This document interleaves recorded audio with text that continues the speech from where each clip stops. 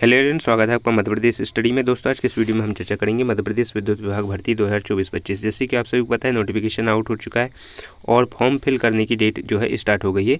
आपका 25/12/2024 से 23 जनवरी तक आप फॉर्म फिल कर सकते हैं। तो सारी चीज़ों को संभल कर और फॉर्म भरने से पहले किन बातों को ध्यान में रखना है, वो सभी बातें यहाँ पर हम डिटेल में दस्तावेज के साथ में कौन कौन से दस्तावेज लगेंगे, क्या एक से ज़्यादा पदों के लिए आवेदन कर सकते हैं, उन सभी चीज़ों को यहाँ पर हम समझेंगे। ऑफिशियल एग्ज़ाम डेट की अगर हम बात करें तो मार्च का फर्स्ट वीक में आपके मार्च में टेंटेटिव है एग्ज़ाम, है ना। सबसे पहले ऑनलाइन पंजीयन की अगर हम बात करें तो 24/12 थी, जो कि एक दिन एक्सटेंड की गई थी कुछ कारणवश, तो 25/12 की गई थी, यानी आज से फॉर्म फिल हो रहे हैं। और ये 10 बजे से MP ऑनलाइन के पोर्टल पर आई फॉर्म की सहायता से आप फॉर्म फिल कर सकते हैं। और इसमें जो रिसेंट फ़ोटो है वो देख लीजिएगा, आपकी रिसेंट फ़ोटो हो आपकी। और जो है मेजर डॉक्यूमेंट्स जो हैं उस पर हम डिटेल में चर्चा करते हैं। तो जैसे कि एज का है, एज रिलैक्सेशन वगैरह ये सभी चीज़ें देखिए। मध्य प्रदेश के मूल निवासी हैं अगर मैं आप, तो 45 साल तक फॉर्म फिल कर सकते हैं। और अगर मैं आप जो लाइन परिचालक है ना, जिसकी 1196 पद हैं, तो उसकी 55 वर्ष तक जो अधिकतम आयु है फॉर्म फिल करने की, वो है ना। इसमें किसी के पास में अगर मैं एक्सपीरियंस सर्टिफिकेट है तो वो भी लाइन परिचालक में मान्य है। इसके बाद में अगर हम बात करें नेक्स्ट जो है पात्रता से संबंधित शर्तें, तो जो अलग अलग चीज़ें हैं वो रहना चाहिए। और किसी भी तरीके से जो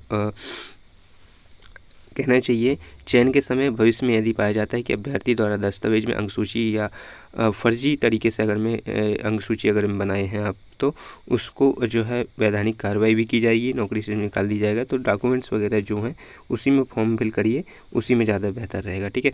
उसके बाद में हम बात करते हैं जैसे कि आवेदन कैसे करना है। तो आवेदन में देखो, MP ऑनलाइन के माध्यम से आपका फॉर्म फिल कर सकते हैं, जो कि आई फॉर्म की सहायता से भरा जाएगा। और उसमें जो है मध्य प्रदेश जो पश्चिम विद्युत वितरण कंपनी है इंदौर, है ना, उसकी वेबसाइट में दिए गए भर्ती नियम की सहायता से आप जो है उसका अवलोकन कर लें, उसके बाद में भर लें। तो मेजर क्या चीज़ है, आवेदक के पास क्या होना चाहिए, स्वयं का ईमेल होना चाहिए या मोबाइल नंबर होना चाहिए। ये क्यों होना चाहिए, क्योंकि लास्ट तक में जब आपका रिजल्ट आएगा, ज्वाइनिंग होगी, सारी चीज़ें DV होगा, ये सभी चीज़ों में जो है ईमेल और जो मोबाइल नंबर जो आपने फॉर्म फिल करते समय भरा है, उसी चीज़ों में सारी जानकारी आएगी। तो वो जो है वो रहना चाहिए और वो लगभग 1 साल तक जो है क्रियाशील रहना चाहिए। क्योंकि ये भर्ती की प्रक्रिया देखो, अभी मार्च में एग्ज़ाम होंगे इसके, है ना, मार्च में एग्ज़ाम होंगे, अप्रैल मई में आपका रिज़ल्ट ले लीजिए, और जून जुलाई तक में इसका ज्वाइनिंग वगैरह होगी। अगर मैं आपका वेटिंग में भी आता है तो फिर वो साल भर के आसपास हो जाता है। तो इसलिए उन्होंने बोला है कि आगामी 1 वर्ष तक ये जो मोबाइल नंबर है या ईमेल ID क्रियाशील रहना चाहिए, ठीक है। मेजर जो दस्तावेज हैं उसमें 10th की अंकसूची लगेगी, मध्य प्रदेश का मूल निवासी स्थानीय निवासी प्रमाण पत्र, डोमिसाइल लगेगा आपका मध्य प्रदेश के मूल निवासी के लिए, जाति प्रमाण पत्र, आय संपत्ति, अगर मैं आप EWS कैटेगरी से आते हैं तो दिव्यांगता से हैं तो उसके प्रमाण पत्र लगेंगे। और निर्धारित प्रारूप में अनुभव प्रमाण पत्र, अगर मैं संविदा कर्मियों के लिए अलग से पोस्ट है तो संविदा कर्मी हैं आप, तो निर्धारित प्रारूप से अनुबंधित मीटर वाचक हेतु, मीटर वाचक हैं तो उनके लिए भी अनुभव प्रमाण पत्र लगेगा, आपको उससे जो है फ़ायदा मिलेगा। नवीन छायाचित्र यानी रिसेंट फोटोग्राफ है, उस पर भी आप जो है उसको खिंचवा कर ही फॉर्म फिल करिएगा। अगर में कोई डाउट है तो जो मध्य प्रदेश विद्युत वितरण कंपनी है, जो कि नोडल एजेंसी इंदौर ने हेल्पलाइन नंबर जो है 0755672020 जो है वो जारी किया है, उस पर भी आप जाकर अपने जो भी क्यूरीज हैं वो पूछ सकते हैं, ठीक है। इसके बाद में आरक्षण संबंधित की वही चयन प्रक्रिया का कैसा है, तो चयन प्रक्रिया का देखो 100 मार्क्स का होगा और हर प्रश्न के लिए 1 अंक का जो होगा, न्यूनतम कट ऑफ 25% होगा। 100 का 25% यानी 25 नंबर आएंगे तो आप क्वालिफाइड हो जाएंगे।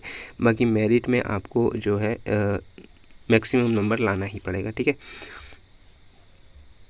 इसके बाद में है कि जो क्रमानुसार विकल्प का चुनाव दर्ज करना होगा, यानी देखो, तो यहाँ पर हैं जैसे कि जो संवर्ग एक पद से ज़्यादा कंपनियों में उपलब्ध हैं, यानी एक पद से ज़्यादा कंपनियों में उपलब्ध हैं कि भाई आपके जबलपुर में भी है, भोपाल में भी हैं, तो वहाँ पर क्या फिर आपको प्रेफरेंस भरना पड़ेगा कि भाई आप इस जैसे आपको जबलपुर चाहिए, पहले तो जबलपुर डाल दीजिए, फिर इंदौर डाल दीजिए, फिर भोपाल डाल दीजिए।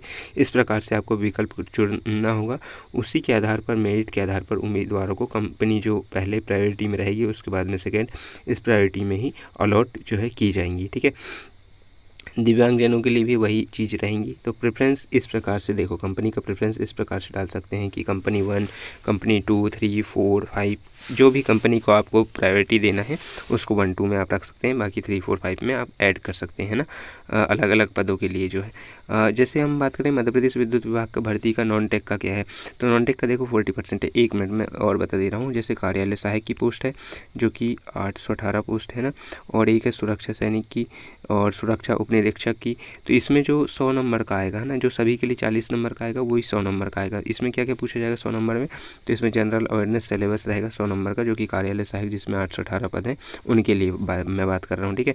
और 40 नंबर का किसका, जिसके जेई है, लाइन अटेंडेंट है, लाइनमैन है ना, विधि अधिकारी हैं, लॉ और लॉ असिस्टेंट ऑफिसर हैं, है ना, असिस्टेंट लॉ ऑफिसर, और जो फार्मासिस्ट वाले हैं या फिर एचआर वगैरह वाले हैं ना, उन लोगों के लिए 40 नंबर का ये पूछा जाएगा। 40 नंबर में क्या होगा, वर्ल्ड की हिस्ट्री होगी, इंडियन की हिस्ट्री होगी और इम्पोर्टेंट हिस्ट्रिकल इवेंट, उसके बाद ancient Indian history, medieval Indian history, modern Indian history, colonial period, independent movement और पास्ट इंडिपेंडेंट और मॉडर्न वर्ल्ड हिस्ट्री, यानी बेसिक हिस्ट्री पूछी जाएगी जो कि वर्ल्ड पर और इंडिया पर बेस्ड रहेगी। ये हो गया फर्स्ट। सेकंड हो गया physical economic and human geography of India, physical economic geography से पूछा जाएगा जो कि इंडिया और वर्ल्ड पर रहेगी। थर्ड क्या है, constitution and legal knowledge and environment से क्वेश्चंस होंगे, कॉन्स्टिट्यूशन से और कुछ लीगल नॉलेज से होंगे। फोर्थ क्या है, फंडामेंटल ऑफ इंडियन कॉन्स्टिट्यूशन, संविधान से, union of state government, parliament, judiciary, local governance, ecology, environment, ये इसी का है, ये है ना थर्ड का ये। नेक्स्ट है आपका मध्य प्रदेश एमपीजी के फोर्थ ये हो गया। फिफ्थ हो गया आपका करेंट अफेयर और सिक्स हो गया आपका क्या आपका आईटी वाला हो गया, और 7 हो गया आपका general mathematics and logical reasoning. तो ठीक है, 7 यहाँ पर जो है अलग अलग पार्ट हैं। देखो फर्स्ट क्या हो गया आपका हिस्ट्री हो गया वर्ल्ड का और इंडिया का। सेकेंड हो गया आपका इकोनॉमी हो गया और ह्यूमन ज्योग्राफी ऑफ इंडिया हो गया, है ना, यानी ज्योग्राफी और इकोनॉमिक्स हो गया, ठीक है। थर्ड क्या हो गया आपका fundamental of Indian constitution and legal knowledge of environment, ये हो गया, है ना, इन्वायरमेंट का आपका pollution, climate change and disaster management से जो है क्वेश्चंस जो है पूछे जाएंगे, है ना, उसको। और जो आपका फोर्थ हो गया एमपीजी के, फिफ्थ हो गया करंट अफेयर, सिक्स हो गया basic knowledge IT working of knowledge of internet, MS office, computer, basic hardware knowledge etcetera.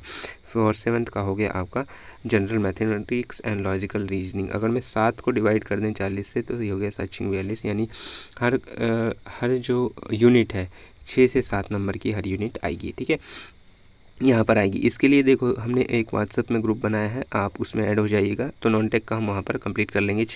जो 40 नंबर का है वो, है ना। बाकी और देखो इसमें एक मैं बता दे रहा हूँ आपको मोटा मोटी, जैसे 100 नंबर का आएगा तो 60 नंबर का अगर मैं आप जेई से, है ना, जेई में इलेक्ट्रिकल, सिविल या फिर मैकेनिकल से हैं तो आपका उसी से पूछा जाएगा 60 नंबर का। 40 नंबर का जो अभी हमने डिस्कस किया उससे पूछा जाएगा।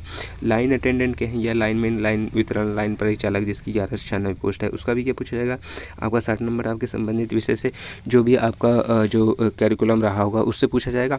और उसके बाद में 40% जिसका भी हमने डिस्कस किया उससे पूछा जाएगा। तो इसके लिए 40% के लिए आपको ज़्यादा परेशान होने की ज़रूरत नहीं, व्हाट्सएप ग्रुप ज्वाइन कर लीजिएगा। वहाँ पर प्रीवियस ईयर पेपर और जो भी कंटेंट उपलब्ध होगा ना, चाहे वो एमपी करंट अफेयर से हो, एमपी जीके से हो, करंट अफेयर से हो या फिर आपका मैथ्स रीजनिंग से हो। देखो मैथ्स रीजनिंग का अच्छा खासा पोर्शन यहाँ पर पूछा जाना है, कौन कौन से क्वेश्चंस या किस यूनिट से आएगा उसको भी हम डिटेल में यहाँ पर कवर कर लेंगे, ठीक है।